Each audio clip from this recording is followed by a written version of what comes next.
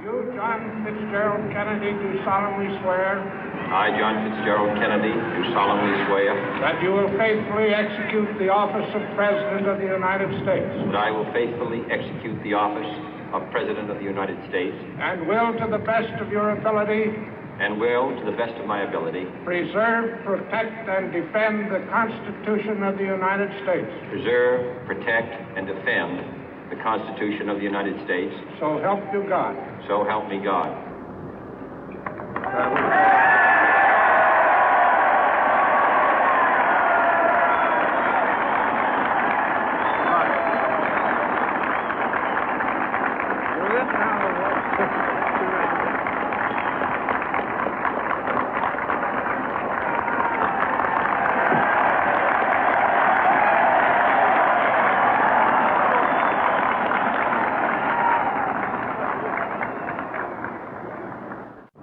Vice President Johnson, Mr. Speaker, Mr. Chief Justice, President Eisenhower, Vice President Nixon, President Truman, Reverend clergy, fellow citizens.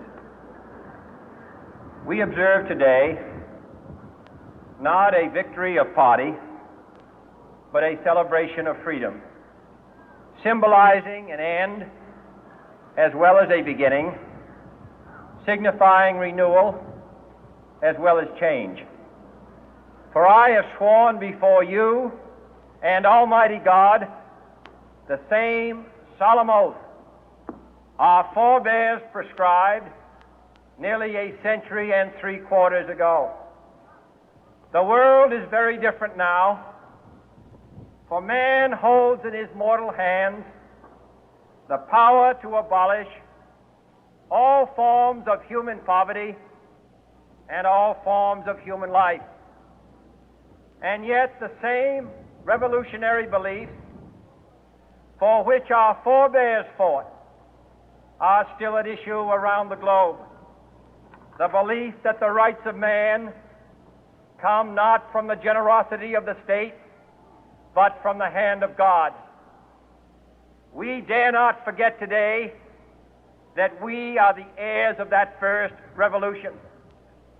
Let the word go forth from this time and place to friend and foe alike that the torch has been passed to a new generation of Americans born in this century, tempered by war, disciplined by a hard and bitter peace, proud of our ancient heritage, and unwilling to witness or permit the slow undoing of those human rights to which this nation has always been committed and to which we are committed today at home and around the world.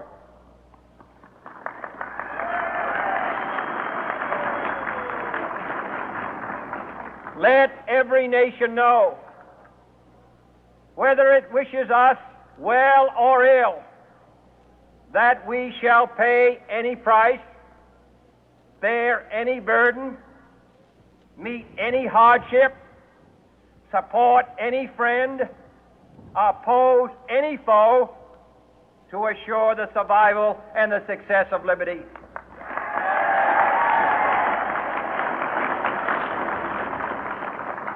This much we pledge and more. To those old allies whose cultural and spiritual origins we share, we pledge the loyalty of faithful friends.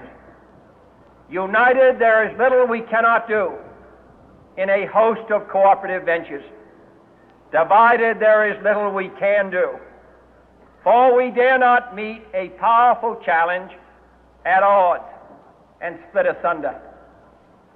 To those new states whom we welcome to the ranks of the free, we pledge our word that one form of colonial control shall not have passed away, merely to be replaced by a far more iron tyranny. We shall not always expect to find them supporting our view, but we shall always hope to find them strongly supporting their own freedom, and to remember that in the past, those who foolishly sought power by riding the back of the tiger ended up inside.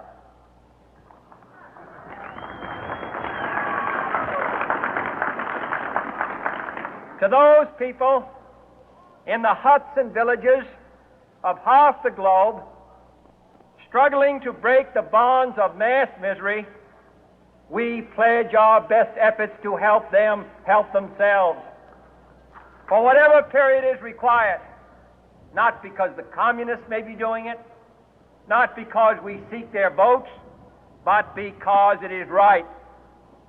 If a free society cannot help the many who are poor, it cannot save the few who are rich.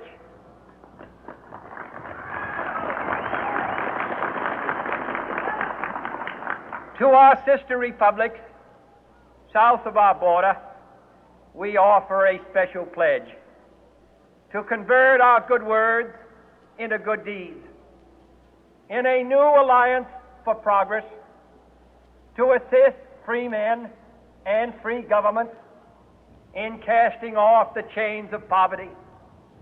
But this peaceful revolution of hope cannot become the prey of hostile powers. Let all our neighbors know that we shall join with them to oppose aggression or subversion anywhere in the Americas. And let every other power know that this hemisphere intends to remain the master of its own house.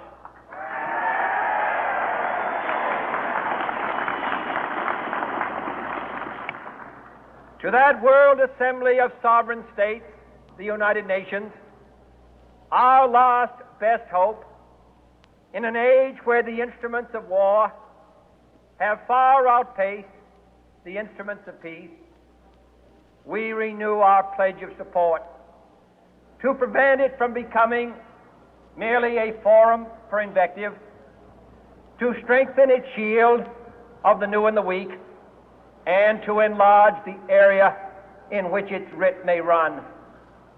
Finally, to those nations who would make themselves our adversary, we offer not a pledge, but a request that both sides begin anew the quest for peace.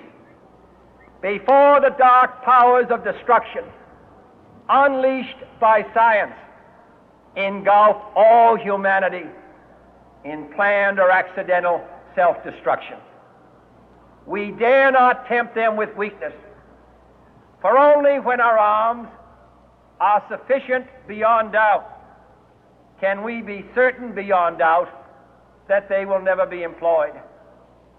But neither can two great and powerful groups of nations take comfort from our present course, both sides overburdened by the cost of modern weapons, both rightly alarmed by the steady spread of the deadly atom, yet both racing to alter that uncertain balance of terror that stays the hand of mankind's final war. So let us begin anew, remembering on both sides that civility is not a sign of weakness, and sincerity is always subject to proof. Let us never negotiate out of fear, but let us never fear to negotiate.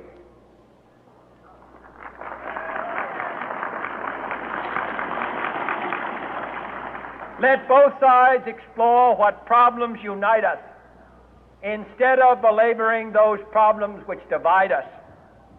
Let both sides, for the first time, formulate serious and precise proposals for the inspection and control of arms, and bring the absolute power to destroy other nations under the absolute control of all nations.